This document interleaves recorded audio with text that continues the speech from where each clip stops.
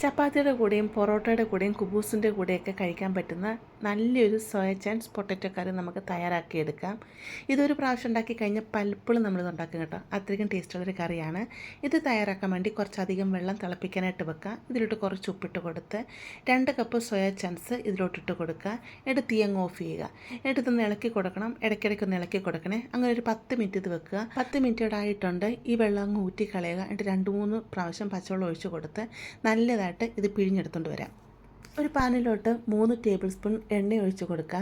എണ്ണ ചൂടായി വരുമ്പോഴത്തേക്ക് നല്ലതായിട്ട് പിഴിഞ്ഞെടുത്ത സോയ ചങ്ക്സ് ഇതിലോട്ടിട്ട് കൊടുത്ത് ഒന്ന് ഫ്രൈ ചെയ്തെടുക്കണം. ഇവിടെ കളറൊക്കെ മാറി ഒന്ന് ഫ്രൈ ആയി വന്നിട്ടുണ്ട്. ഇതങ്ങ് മാറ്റാം. അതേ പാനിലോട്ട് 2 ടേബിൾ സ്പൂൺ എണ്ണയും കൂടെ ഒഴിച്ച് കൊടുത്ത് 1/2 ടീസ്പൂൺ കാശ്മീരി ചില്ലി പൗഡറും 1/4 ടീസ്പൂൺ മഞ്ഞൾപ്പൊടി ഇട്ട് കൊടുത്ത് അതിൻ്റെ പച്ച സ്മെല്ല് മാറുന്നവരൊന്ന് ഇളക്കിയെടുക്കുക. ഇവിടെ 3 മീഡിയം പൊട്ടറ്റോ ഞാൻ വലുതായിട്ട് മുറിച്ചെടുത്തിട്ടുണ്ട്. വലിയ ഉരുളക്കിഴങ്ങാണെങ്കിൽ 2 ഉരുളക്കിഴങ്ങ് എടുത്താൽ മതി. അത് ഇതിലോട്ടിട്ട് കൊടുത്ത് നല്ലതായിട്ട് ഇതിനെ ഒന്ന് ഫ്രൈ ചെയ്തെടുത്തുകൊണ്ട് വരാം. ഇതിൻ്റെ കളറൊക്കെ മാറി ഇത് ഫ്രൈ ആയി വന്നിട്ടുണ്ട്. ഇത് നമുക്കങ്ങ് മാറ്റി വെക്കാം. ഇനിയുള്ളതെല്ലാം നമ്മൾ കുക്കറിലാണ് ചെയ്തെടുക്കുന്നത്. കുക്കർ ചൂടായി വരുമ്പോഴത്തേക്ക് 2 ടേബിൾ സ്പൂൺ എണ്ണ ഒഴിച്ച് കൊടുത്ത് ഇതിലോട്ട് ഒരു ചെറിയ ബേ ലീവ്സ്, ഒരു തക്കോലം, ചെറിയൊരു പട്ട അത് രണ്ടായിട്ട് മുറിച്ചെടുത്തതാണ്, 3 ഗ്രാമ്പ്, 3 ഏലയ്ക്ക ഒന്ന് പൊട്ടിച്ചെടുത്ത് ബേ ലീവ്സ് 2-3 മുറിച്ചിട്ട് വേണം കുക്കറിലോട്ടിട്ട് കൊടുക്കാൻ. ബാക്കിയുള്ള സ്പൈസസും കുക്കറിലോട്ടിട്ട് കൊടുക്കാം.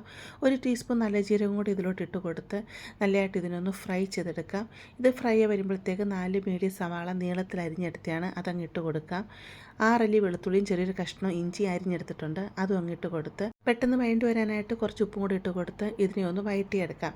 ഇതിവിടെ കളറൊക്കെ മാറി നല്ലതായിട്ടൊന്ന് വഴണ്ട് വന്നിട്ടുണ്ട്. ഈ സമയം നമുക്ക് ഇതിലേക്ക് വേണ്ട പൊടികൾ ഇട്ട് കൊടുക്കാം.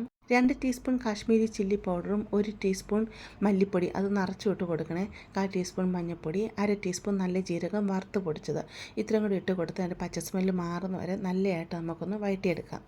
ഇതിലോട്ട് ഒരു വലിയ തക്കാളി അരിഞ്ഞതും 1 ഗ്ലാസ് വെള്ളം കൂടെ ഒഴിച്ച് കൊടുത്ത് നല്ലതായിട്ട് ഇളക്കി മിക്സ് ചെയ്ത് കുക്കർ അടച്ച് വെച്ച് 2 വിസിൽ വരുത്തിച്ചെടുക്കാം. സവാളയും തക്കാളിയൊക്കെ നല്ല രീതിയോട് വെന്ത് വന്നിട്ടുണ്ട്. ഇതിലോട്ട് ഫ്രൈ ചെയ്ത് വെച്ചിരിക്കുന്ന സോയ ചങ്ക്സും അതുപോലെ നമ്മൾ ഫ്രൈ ചെയ്ത് വെച്ചിരിക്കുന്ന പൊട്ടറ്റോ ഉണ്ടല്ലോ അതും കൂടെ അങ്ങ് ഇട്ട് കൊടുക്കാം. 1.5 ഗ്ലാസ് വെള്ളം ഒഴിച്ച് കൊടുക്കാം. 1 ടീസ്പൂൺ ഗരം മസാലയും 1 ടേബിൾ സ്പൂൺ കസൂരി മെത്തി കയ്യിലോട്ടെടുത്ത് നല്ലതായിട്ട് ഞെരടി അതും കൂടി ഇട്ട് കൊടുക്കാം. 1/2 ടീസ്പൂൺ ചാറ്റ് മസാല ഇതിലോട്ട് ഇട്ട് കൊടുക്കുന്നുണ്ട്. നോർത്ത് ഇന്ത്യൻ ഡിഷ് ആയതുകൊണ്ട് തന്നെ ചാറ്റ് മസാലയും കസൂരി മെത്തിയൊക്കെ ഇടുമ്പോൾ പ്രത്യേക ഒരു ഫ്ലേവറാണ്. അതുകൊണ്ട് അത് ഇട്ട് കൊടുക്കണേ. ആവശ്യത്തിനുള്ള ഉപ്പിട്ട് കൊടുത്ത് നല്ലതായിട്ട് ഇളക്കി കുക്കർ അടച്ച് വെച്ച് ഒരു 3-4 വിസിൽ വരുത്തിച്ചെടുക്കാം. ഉരുളക്കിഴങ്ങൊക്കെ നല്ല രീതിയിലൊന്ന് വെന്ത് വരണം. സോയ ചങ്ക്സ് ഉരുളക്കിഴങ്ങൊക്കെ നല്ല രീതിയിൽ വെന്ത് വന്നിട്ടുണ്ട്. ഇപ്പോൾ ഇത് കണ്ടു കഴിഞ്ഞാൽ ബീഫ് കറി പോലില്ലേ, ചാറൊക്കെ നല്ലതായിട്ട് വറ്റി നല്ല കുറുകി വന്നിട്ടുണ്ട്. നല്ലൊരു മണമാണ്, അതുപോലെ നല്ല ടേസ്റ്റുമാണ്. ഇത് ചപ്പാത്തിയുടെ കൂടെയും കുബൂസിൻ്റെ കൂടെയും പൊറോട്ടയുടെ കൂടെയൊക്കെ അടിപൊളി ടേസ്റ്റാണ്. അപ്പോൾ നിങ്ങൾ തീർച്ചയായിട്ടും ഇതൊന്ന് ട്രൈ ചെയ്ത് നോക്കുക. ഇഷ്ടപ്പെടുകയാണെങ്കിൽ ചാനലിന് സബ്സ്ക്രൈബ് ചെയ്ത് ലൈക്ക് ചെയ്യുക.